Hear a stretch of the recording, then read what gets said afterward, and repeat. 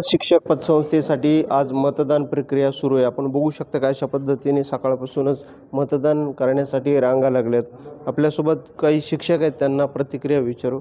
काय सांगाल सर, कशा पद्धतीने मतदान सुरू आहे? सकाळपासून अगदी 7 वाजल्यापासून मतदान प्रक्रियेला सुरुवात झालेली आहे आणि अतिशय खेळीमेळीच्या वातावरणामध्ये मतदान प्रक्रिया या ठिकाणी चालू आहे. आतापर्यंत यापूर्वी किती मतदान केलं? ही कितवं संधी आहे या संस्थेचं मतदान सुरू असतं? आता ही माझी तिसरी मतदानाची वेळ आहे. कारण 2001, 2006 आणि 2012ला काय झालं, बिनविरोध झाली आणि आता 2017 म्हणजे ही तिसरी वेळ आहे मतदानाची.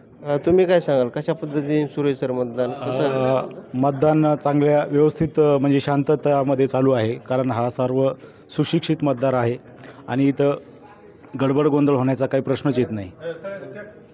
अशा पद्धतीने स्वामी विवेकानंद शिक्षक पतसंस्थेसाठी मतदान सुरू आहे. काडा आणि आष्टी या 2 बूथवर ही मतदान प्रक्रिया सुरू असल्याचं दिसून येत आहे. निकालही संध्याकाळी उशिरापर्यंत लागणार असल्याचं निवडणूक प्रशासनाने सांगितले. अविशांत कुमकर, आज मराठी न्यूज, आष्टी, जिल्हा बीड. स्वामी विवेकानंद शिक्षक पतसंस्थेसाठी आज मतदान प्रक्रिया होत आहे. 2 पॅनलमध्ये ही लढत आहे. एकता पॅनल विरुद्ध सदिच्छा पॅनल असा समोरासमोर लढत होत आहे. आपल्यासोबत एकता पॅनलचे प्रमुख पदाधिकारी आहेत, त्यांच्याशी बोलूया. कशा पद्धतीने सर ही मतदान प्रक्रिया सुरू आहे, काय सांगाल? गेल्या 6.5 वर्षानंतर ही स्वामी विवेकानंद शिक्षकांची पतसंस्था मर्यादित कडाची निवडणूक होत आहे. या ठिकाणी 2 पॅनल साठी लढत आहेत. सर्वात महत्त्वाची या निवडणुकीमुळे मतदारांना मतदान करण्याची संधी उपलब्ध झाली, हे सगळ्यात महत्त्वाचं आहे. कार्यकाळ संपला आणि गेल्या पदाधिकाऱ्यांनी कसा कारभार केला, तुम्ही कसं सामोरे गेलं, काय सांगा? प्रचाराच्या बाबतीत म्हणाल तर आम्ही फक्त उमेदवाराने आमचे पॅनल प्रमुख आदरणीय श्री शिवाजीराव पांढरे सर हे 18 जण आम्ही प्रचार करत होतो. कुठल्याही शिक्षकाला आम्ही सोबत घेतलं नाही की शाळा वगैरे बंद पडू नयेत किंवा त्या शिक्षकाला काही ताण व्हावा. आणि मतदार हे सुज्ञ आहेत. आता जर तुम्ही विचाराल की सत्ताधारींच्या काळात काय झालं, तर त्यांनी व्याजदर खूप वाढवले, खर्चावर नियंत्रण ठेवलं नाही आणि विशेषतः राष्ट्रपती पुरस्कार प्राप्त शिक्षक जे असतात ना सर, किंवा राज्य पुरस्कार, त्यांचा यथोचित सन्मान व्हायला पाहिजे. शिक्षक हा एक समाज घडवणारा व्यक्ती आहे आणि त्याचा जर सन्मान झाला तर तो समाजाचा सन्मान असतो. एवढंच नाही तर त्यांनी संस्थेमध्ये काहींना कर्ज देणे, काहींना न देणे, अशा अनेक गोष्टी आहेत की ज्या सभासदांना मान्य नाही आहेत. परंतु अनेक लोक चांगले काम करत असतात. फक्त शिक्षकच्याच मुलांचे सत्कार होतात, इतरांचे का केले जात नाही? नक्की केले गेले पाहिजे. संस्थेची शिक्षकांची मर्यादित आहे, शिक्षक बांधवांचीच आहे. तर माझं असं मत आहे की बाहेरच्या मुलांचे सुद्धा सत्कार झाले पाहिजेत. त्यासाठी लोकप्रतिनिधींनी पुढाकार घेतला पाहिजे आणि त्या गोष्टी केल्या पाहिजेत असं मला वाटतं. कसा प्रतिसाद आहे सकाळपासून? आता तुम्ही पाहताय की आमच्या पॅन्टमध्ये सगळ्या खुर्च्या रिकामी आहेत. आमच्यासोबत कुणी पण मतदारांना मतदान करण्याची संधी मिळाली ते महत्त्वाचं आहे. आमच्यासोबत आहेत का त्यांच्यासोबत आहे हे निकाल लागल्यानंतर कळेल. पण आम्हाला काय म्हणायचं आहे की त्यांना ते अधिकार मिळवून देण्यामध्ये आम्ही यशस्वी झालो. एवढे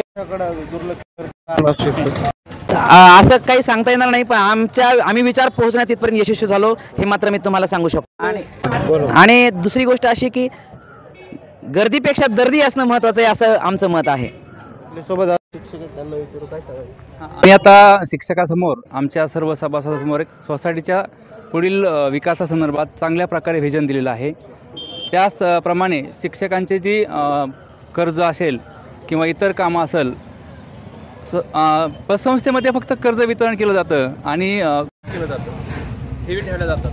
हे 2 कामं व्यतिरिक्त शिक्षकांची अनेक कामं असतात. ती कामं आम्ही लोकांना मुक्तपणे करून देण्याचा विजनमध्ये हे जेणेकरून काम. उद्या जर संचालक पदावर गेलो तर आम्ही शिक्षकांचे लोकप्रतिनिधी असू, म्हणजे शिक्षकांच्या कुठल्याही कामाला आम्ही प्राधान्य तरी सोडू, अशा प्रकारचे विजन आम्ही शिक्षकांना दिलेलं आहे. आता बघूया काय होतंय. घोडाबादन जवळच आहे. मागील पदाधिकाऱ्यांचं काय चुकलं किंवा तुम्ही सत्तेवर जर आलात तर काय बदल होऊ शकतो, काय सांगाल?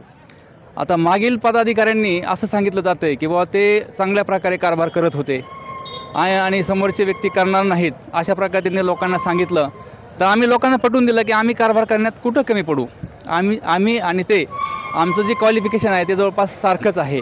आम्ही लोकांच्या परिचित आहोत, लोकांना आमचा विश्वास आहे आणि हेच आम्ही लोकांना पटवून दिलं की तुमचा जो सोसायटीचा जो तुमचा काही असेल मानस किंवा तुम्हाला त्या सोसायटीकडून ज्या अपेक्षा आहेत त्या आम्ही नक्कीच पूर्ण करून देऊ असं आम्ही लोकांना. किती तुमचे उमेदवार विजय होऊ शकतील यातून, का पूर्ण पॅनल येईल, काय सांगा? आमचा पूर्ण पॅनल येईल अशी परिस्थिती आहे. या ठिकाणी खुर्च्या मोकळ्या आहेत परंतु आम्हाला सर्व काही माहीत आहे की बाबा खुर्च्या का मोकळ्या असतात, का आहेत इथून मागं का मोकळ्या होतात आणि आत्ता काय मोकळ्या आहेत. तर ज्यावेळेस मागच्या वेळेससुद्धा अशीच परिस्थिती होती. मी स्वतः उमेदवार होतो आणि मला असं सांगितलं गेलं की 1012 मतदार होते मागच्या वर्षी, मागच्या पंचवार्षिकला, परंतु असं म्हणायचे की 100पेक्षा जास्त मतं पडत नाहीत. विदर्भाचे आमदार सुरेश धस यांचा त्यांना त्या गटाला पाठिंबा आहे आणि तुमच्या बाजूला विद्यमान आमदार बाळासाहेब आजबे यांचा आहे, परंतु कुठेतरी दबावाला बळी पडून तुमच्याकडे अशी गर्दी नाही, काय नाही, शिक्षक दबावाला बळी पडत नाहीत असं माझं म्हणणं आहे. ते कोणाच्या दबावाला बळी पडणार नाहीत, ते सुज्ञ आहेत, ते योग्य निर्णय घेतील. एकूणच आपण पाहिलं की सर्व शिक्षक सुज्ञ मतदार आहेत. जरी आमच्याकडे गर्दी कमी असली तर आमचे उमेदवार विजय होतील असंच पॅनल प्रमुखांचं म्हणणं आहे. अविशांत कुलकर, आज मराठी न्यूज, आष्टी, जिल्हा बीड.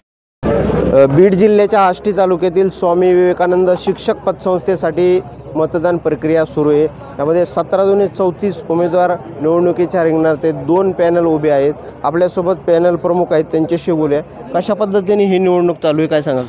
स्वामी विवेकानंद शिक्षक पतसंस्थेची सार्वत्रिक निवडणूक 24-29 या 5 वर्षासाठी संपन्न होत आहे. आज मतदानाचा दिवस आहे. मतदाना दिवशी या 2 पॅनलमध्ये जे की सदिच्छा पॅनल असं सत्ताधारी मंडळ जे आहे त्यांचं सदिच्छा पॅनल आणि जे विरोधी पॅनल आहे ते एकता पॅनल आहे, अशी एकाच एक म्हणजे सरळ 2 पॅनलमध्ये लढत आहे. 17 जागेंसाठी 17-34 उमेदवार फक्त निवडणूक रिंगणात आहे. आणि आम्ही गेली 6.5 वर्ष जे सभासदाच्या हिताचे निर्णय घेतले ते अतिशय उत्कृष्ट आणि चांगल्या प्रकारे राबवल्यामुळं कुठल्याही सभासदांची अडवणूक नाही किंवा कुठल्याही प्रकारनं सभासदांना हेतुपुरस्सर त्रास देणे हा कुठलाही या ठिकाणी मी कुठल्याही प्रकारच्या सभासदाला वागणूक दिली नाही. अतिशय स्वच्छ आणि पारदर्शक कारभार या पतसंस्थेचा आम्ही गेली 6.5 वर्ष केलेला आहे आणि त्याच जोरावर आम्ही सभासदांना विनम्र आवाहन केलेलं आहे. आणि मला खात्री आहे की आमचे 17चे 17 उमेदवार विक्रमी मतानं निवडून येतील, या ठिकाणी विजयी होणार आहेत आणि निश्चित आमचा विजय हा ठरलेला आहे आणि सभासदांनीच ही निवडणूक हाती घेतलेली आहे. किती ठिकाणी बूथवर मतदान आष्टी तालुक्यात? आष्टी तालुक्यात 2 ठिकाणी मतदान आहे. एक जिल्हा परिषद केंद्रीय प्राथमिक शाळा कडा आणि 1 नंबरचं केंद्र जे आहे ते कन्या आष्टी शाळा, कन्या प्रशाला आष्टी.